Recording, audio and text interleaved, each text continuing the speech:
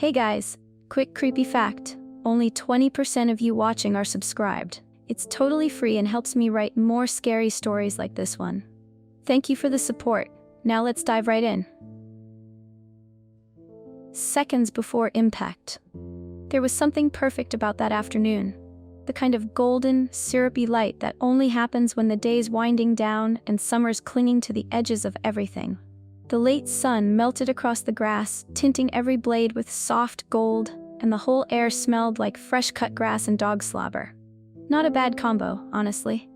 Not when it came with the sight of my dog, Cooper, bouncing like a lunatic across the field. I stood there, arms folded loose across my chest, feeling the quiet thrum of contentment settle somewhere behind my ribs. Cooper darted between a chaotic mess of other dogs, his ears flopping with every clumsy leap, his tail a frantic blur of happiness. He skidded after a rubber ball someone had thrown too far, tumbled over another pup. For just a second, life felt invincible, untouchable.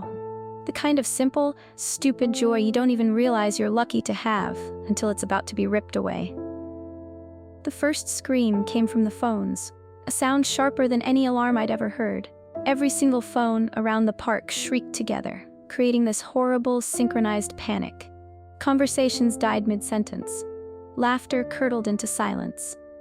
Every dog froze in place, head snapping up. My heart jumped straight into my throat as my hand fumbled in my pocket, slick with sudden sweat. I yanked out my phone and stared at the screen, my pulse already sprinting ahead of my brain. Emergency alert, 3, 2, 1. That was it. No seek shelter immediately. No natural disaster inbound. No, this is not a test. Just those numbers. Marching downward like a silent doomsday clock. I didn't even realize I was holding my breath until I forced my gaze away from the screen, dragging my eyes up where the world was supposed to make sense. That was when I felt it. It wasn't just an earthquake. Not exactly. It was deeper than that. Like the earth had taken a breath in and gotten stuck, held in a terrible, unnatural pause. Beneath my feet, the ground gave a subtle, sick little shift, just enough to make my stomach flip. It wasn't violent yet. I looked for Cooper instinctively, scanning the field with wild eyes. And there he was, charging back toward me, ears pinned flat against his skull, his mouth peeled back in a sharp, whining cry that shattered something small inside my chest. He didn't slow down, just barreled straight into me, trembling, nearly knocking me off balance. I dropped to one knee without thinking, wrapping my arms tight around his body, feeling every frantic heartbeat slam against my own. Hey, it's okay, buddy, I murmured, but even I didn't believe it. Around me, the world had gone eerily still. People stood rooted in place, clutching phones, twisting their faces into shapes that didn't look human anymore, half confusion, half dread. Some spun around in slow, aimless circles. Others just stared down at their screens like maybe, if they stared hard enough, they could force an explanation to appear. I looked back at my own phone just in time to watch it flicker, once, twice, and then wink out entirely, the screen turning as black and useless as a stone in my hand. Dead. All of it. Phones, power, certainty. Gone in a heartbeat. A soft, almost polite rumble threaded through the ground again, deeper this time. Hungrier. The hairs on the back of my neck snapped to attention, and without even thinking about it, I tightened my arms around Cooper and hauled myself to my feet. 5 minutes after the impact. My fingers shook so badly it took 3 tries to clip Cooper's leash onto his collar. He whined, pressing his body hard against my leg, his entire frame vibrating like he might shatter if I let go. I didn't plan to. All around me, the park had shifted into this surreal, broken kind of ballet. Dogs being yanked onto leashes, kids scooped up by frantic arms, people jogging toward vague destinations without so much as a word to each other. No conversations, no shouting, just that weird, synchronized urgency, like every soul had been struck by the same invisible whip. I fell into the flow without even realizing it, Cooper glued to my side, his leash pulled taut between us. The cracked sidewalk under my sneakers felt wrong somehow, brittle and too alive, buzzing with something I couldn't name. Every step felt like I was pushing against invisible hands, trying to shove me backward. That's when I noticed the air. It wasn't just heavy with late summer heat anymore. It was thick, soupy. Every breath scraped against the inside of my throat, raw and mean, and I had to fight not to gag on it. It slowed my thoughts too, clogging them until they oozed sluggishly around inside my skull. I wiped a trembling hand across my mouth and kept walking faster, heart hammering like it was trying to escape my chest. The world around me kept warping, subtle at first, then brutally obvious. One moment, the sky was still clinging to that syrupy gold, soft and warm and normal. And then, without warning, without any sense of progression, it just rotted into something else. Metallic gray. No sunset, no twilight, stamped across the sky like a dirty handprint. I didn't even realize I had stopped moving until Cooper yanked hard against the leash, barking. A sharp, desperate sound that made the few remaining birds in the trees scream in reply. I looked up just in time to see them, a whole flock exploding into chaotic flight, tearing through the bruised sky in frantic, disjointed patterns. Their cries were thin, panicked.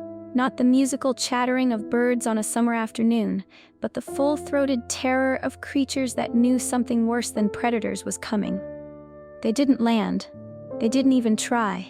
They dove right into the side of a glass office building. Their small bodies hit the windows with sick, hollow thuds, one after another, until the whole side of the building was peppered with dark smears sliding down the glass. I heard the sickening crack of hollow bones breaking against the unyielding surface. Cooper barked again, pulling at the leash as if he could yank me away from this nightmare by force. I stumbled forward blindly, following the dragging insistence of his body. I didn't blame him for wanting to run. I wanted to run too. 10 minutes after the impact. The further we went, the less the ground felt like something I could trust. Each step rattled up through my sneakers like a low, electric hum, buzzing straight into my bones, making my teeth ache. It wasn't enough to knock me off balance, not yet, but it was constant, unsettling, like the sidewalk itself had a heartbeat. Walking became a war with the ground. Cooper strained at the leash, nails scrabbling against the concrete in frantic, scraping bursts, desperate to get anywhere that wasn't here. I gritted my teeth, tightening my grip until my knuckles burned, dragging him along when he stumbled, both of us tripping over the uneven pavement. The sky above kept bleeding itself darker. It was wrong in a way that made my skin crawl. A black so thick it looked almost solid, swallowing up the tops of the buildings and eating the horizon. And the air? God, the air. It was so hot it felt sticky, like my skin was being shrink-wrapped by the atmosphere itself. Every breath tore through my throat, thick with the metallic, burnt stink that coated the back of my tongue. Around me, the brittle illusion of normalcy cracked wide open. People weren't just leaving anymore, they were fleeing. Sprinting with wide, broken eyes, dragging kids and pets and whatever they could carry. A woman bolted barefoot across a street slick with something dark and oily, clutching a screaming toddler to her chest. A man roared into his dead phone, spittle flying, his voice ragged and useless against the choked sky. Cars sat abandoned at crazy angles, doors hanging open, engines silent. Others simply stood beside their useless vehicles, heads tilted back, staring at the dead traffic lights swinging in the hot wind. I caught flashes of faces as I passed, shocked, wild, broken. No headlights cutting through the gloom. No sirens, no emergency vehicles barreling to the rescue. The realization hit me hard, a sudden, brutal punch right in the center of my chest. This was it. The world had gone off, and there was no one coming to turn it back on. I clutched Cooper's leash tighter, stumbling forward into the deepening dark, feeling the buzz of the earth in my teeth, the burning air in my lungs, the weight of something vast and merciless pressing down over everything. Somewhere behind me, something crashed, loud and final, and I didn't even look back. There was no point. 15 minutes after the impact. It started with the wind. It came howling down the street like something alive, like some furious, unseen thing with claws and teeth, and it hit me so hard I staggered sideways, my feet scrambling for purchase on the trembling concrete. Cooper yelped, the leash snapping taut as I yanked him closer, trying to shield him with my own body. I threw my free arm up over my face, but it wasn't enough. The wind tore at me, slicing through my clothes, stinging my skin, dragging the heavy air right out of my lungs. It roared in my ears, drowning out everything else, until it felt like the whole world had been swallowed by the sound. And then came the noise. It wasn't thunder. It wasn't sirens. It wasn't anything I could name. It was bigger. The sky above us split open with a sound so loud, so deep, it rattled inside my bones and made my teeth clench against the pressure. It was a shrieking roar, a wet, ripping scream that didn't sound like it belonged to anything natural. I screamed without meaning to. A raw, pitiful sound lost instantly in the deafening roar. Cooper howled along with me, his body a frantic, thrashing weight against my leg. The ground wasn't just trembling anymore. Sidewalk slabs heaved under my feet like the deck of a sinking ship. I stumbled, barely managing to stay upright, clutching the leash in one hand and shielding my face with the other. Around me, the city finally shattered. Trees bent at insane angles, their trunks splintering with sharp, wet cracks. Streetlights snapped and fell, their heavy metal bodies slamming into the asphalt with groaning shrieks. Trash bins, bicycles, entire chunks of fencing lifted off the ground, whirling past in a frenzy of deadly debris. Shards of metal and splinters of wood screamed through the air like knives. I didn't think. I just moved. Scooping Cooper up into my arms, he wasn't fighting anymore, just a shaking, whimpering weight. I bolted for my building, head down against the biting wind, my sneakers sliding on the buckling sidewalk. Each step felt like running against a tidal wave made of teeth and nails, every inch a fight. The front door of my building loomed ahead, rattling wildly in its frame. I didn't slow down. I slammed into it shoulder first, the impact jolting up my spine, and tumbled inside just as the wind screamed past behind me, rattling the entire structure. I collapsed onto the tile floor, gasping, still clutching Cooper tight against my chest. The door banged shut behind me with a hollow, shaking crash, but we weren't safe. Not really. The whole building shuddered, groaning in its foundations like it was trying to hold itself together against the assault. Dust rained down from the ceiling in soft, choking clouds. Somewhere above me, glass shattered with a brittle, heart-stopping crash. Cooper whimpered against my chest, a high, desperate sound that made my heart twist in my ribs. And outside, the screams had started. Real ones this time. Not just panic, not just fear. Screams torn straight from the raw, animal center of people's souls. I squeezed my eyes shut, pressing my forehead to the floor, feeling the cold tile against my burning skin, and somewhere deep inside, a cold, gnawing voice whispered the truth. The real panic had just begun. 20 minutes after the impact, I didn't remember getting up. I didn't remember the stairs. My body was moving on pure, blind instinct, pounding upward 2 at a time, my heart hammering so loud I could barely hear anything else. Cooper's weight sagged against my chest, his leash still wrapped tight around my wrist like a lifeline I didn't dare let go of. My arms burned from carrying him, every muscle trembling, but I couldn't risk setting him down. I reached my floor in a lurching sprint, skidding down the hallway, my sneakers squeaking against the cracked linoleum. The door to my apartment loomed ahead, and I fumbled with the keys, fingers clumsy and stupid, slick with sweat and dust. The door swung open under my weight, and the first thing I saw was the living room window. Or, more accurately, the hole where the window used to be. Glass glittered across the floor in jagged drifts, sparkling like a carpet of broken stars. The wind howled through the gaping wound in the wall, shrieking against the battered furniture, scattering papers and dust in a wild, frantic cyclone. I stumbled inside, kicking the door shut behind me, the slam barely making a dent against the roaring outside. Cooper whimpered weakly against my chest, and I crouched down, setting him gently onto the floor, one hand still tangled in his leash. Even with the window gone, even with the wind trying to tear the place apart, I could tell the rage of it was already starting to sputter.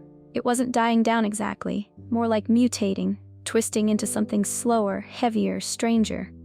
But the sound from the sky, that deep, wet, ripping groan, never stopped.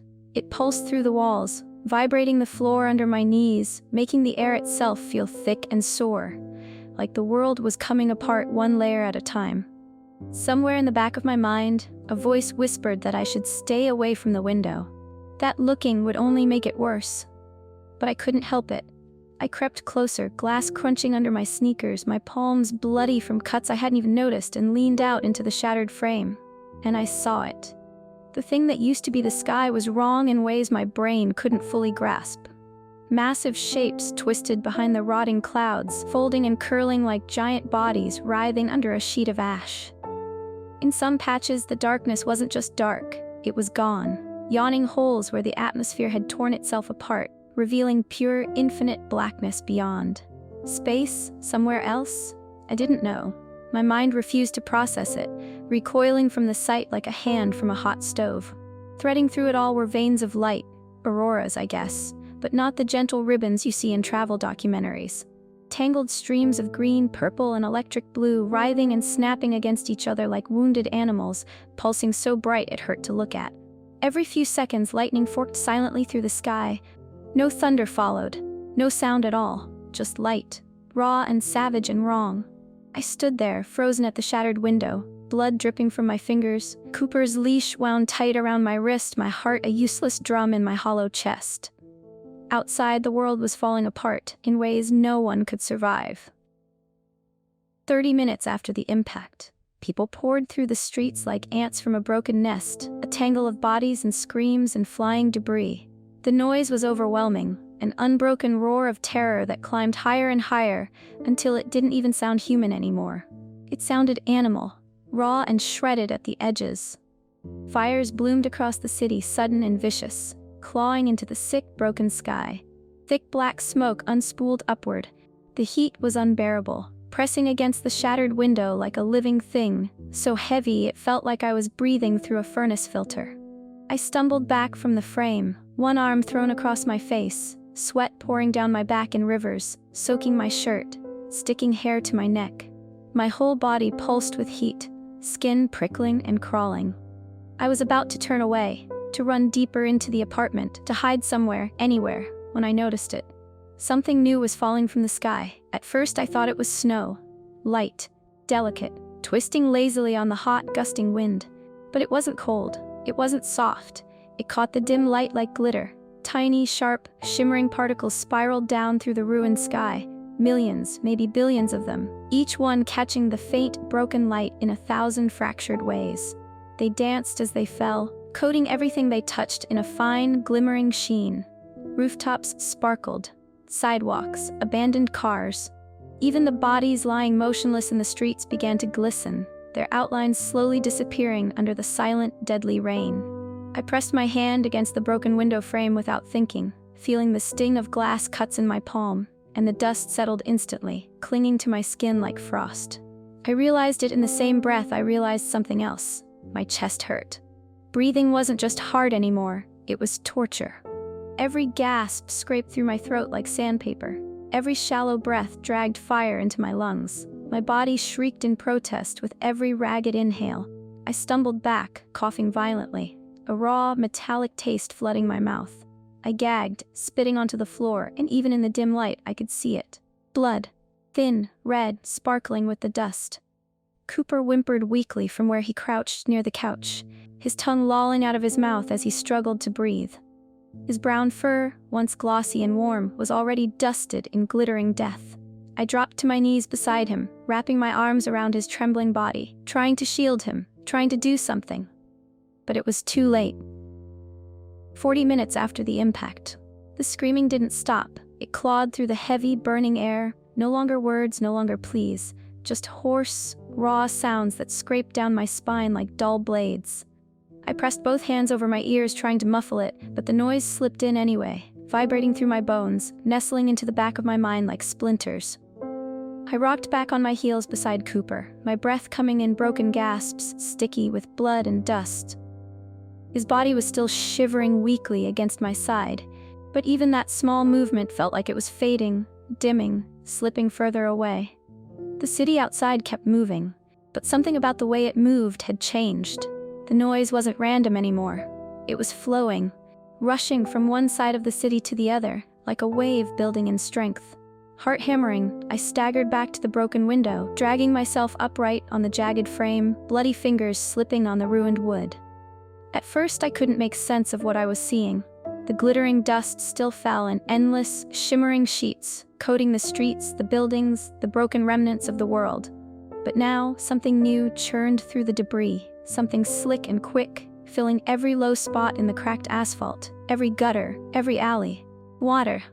It was water. Not a towering wall like in disaster movies, not a monstrous tsunami that screams toward you with nowhere to run. This was cooler, quieter. A steady, fast-moving rush, several feet deep, swallowing the streets in a relentless current. It swept cars off their tires like they were toys, tumbling them over and over. It tore trees out by their roots. It carried people too, sweeping bodies along, spinning them face down into the glittering dust, dragging them under without ceremony. It just kept coming. My stomach lurched hard, and I pressed a trembling hand against the windowsill, trying to steady myself, blinking against the burning sting in my eyes.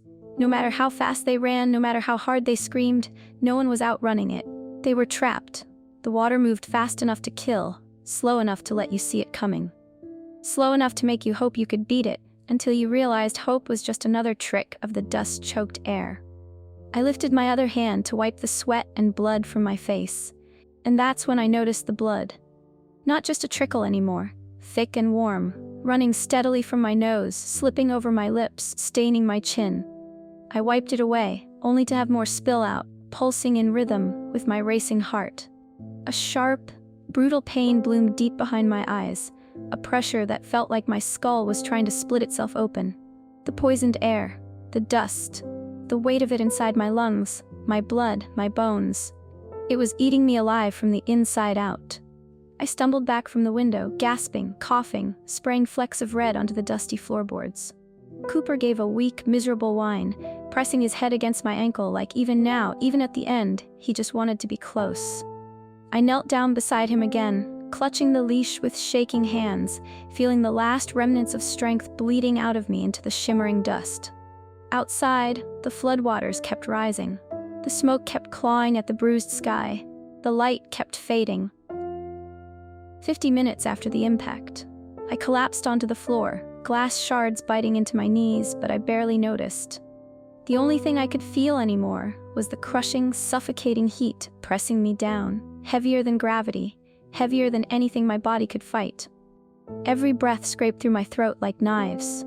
My chest heaved and rattled. I curled over Cooper's body, cradling him against my lap, hands trembling so badly I could barely stroke his dusty fur. He wasn't moving. He wasn't breathing. At some point, somewhere between the glittering dust falling and the blood pooling in my mouth, he had just laid down, tucked his head against my side the way he always did when he was scared, slipped quietly out of this broken world without a sound. I hadn't even noticed.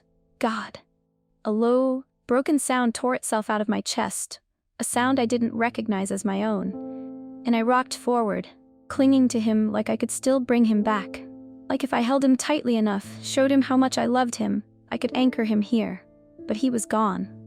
No tail thumping against the floor, no frantic little licks against my cheek, just stillness.